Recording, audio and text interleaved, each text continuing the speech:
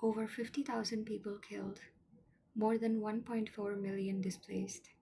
By October 2004, Darfur, a region in western Sudan, is facing one of the worst humanitarian crises in the world.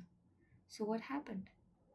All this began when two rebel groups, the Sudan Liberation Army and the Justice and Equality Movement, launched a rebellion in 2003. These groups were primarily made up of non Arabic ethnic communities like Fur, Masalit, and Zagawa, who had long suffered from marginalization, political neglect, and economic disparity at the hands of the central Sudanese government in Khartoum. Their goal was to challenge decades of systemic neglect, underdevelopment, and the unequal distribution of power and resources. But the response was devastating. Instead of addressing the demands, the government backed Arab militia known as the Janjaweed.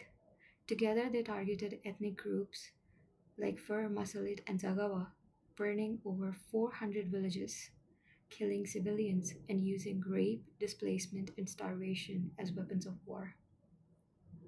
By late 2004, over 1.4 million people were displaced inside Sudan, and over 250,000 people fled to Chad. Refugee camps were overwhelmed.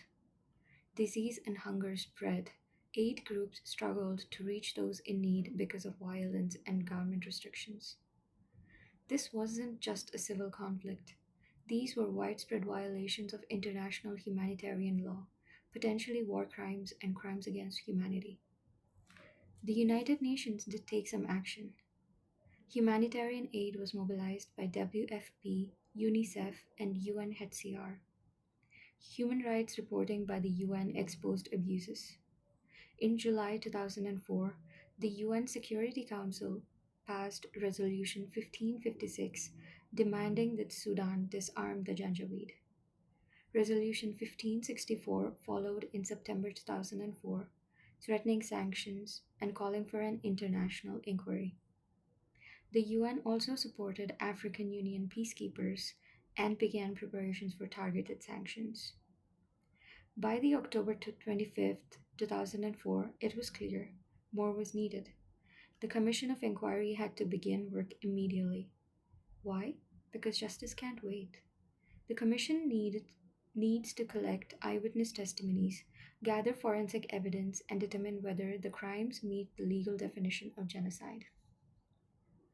The international community must act now, not just deliver aid, but to hold those responsible accountable.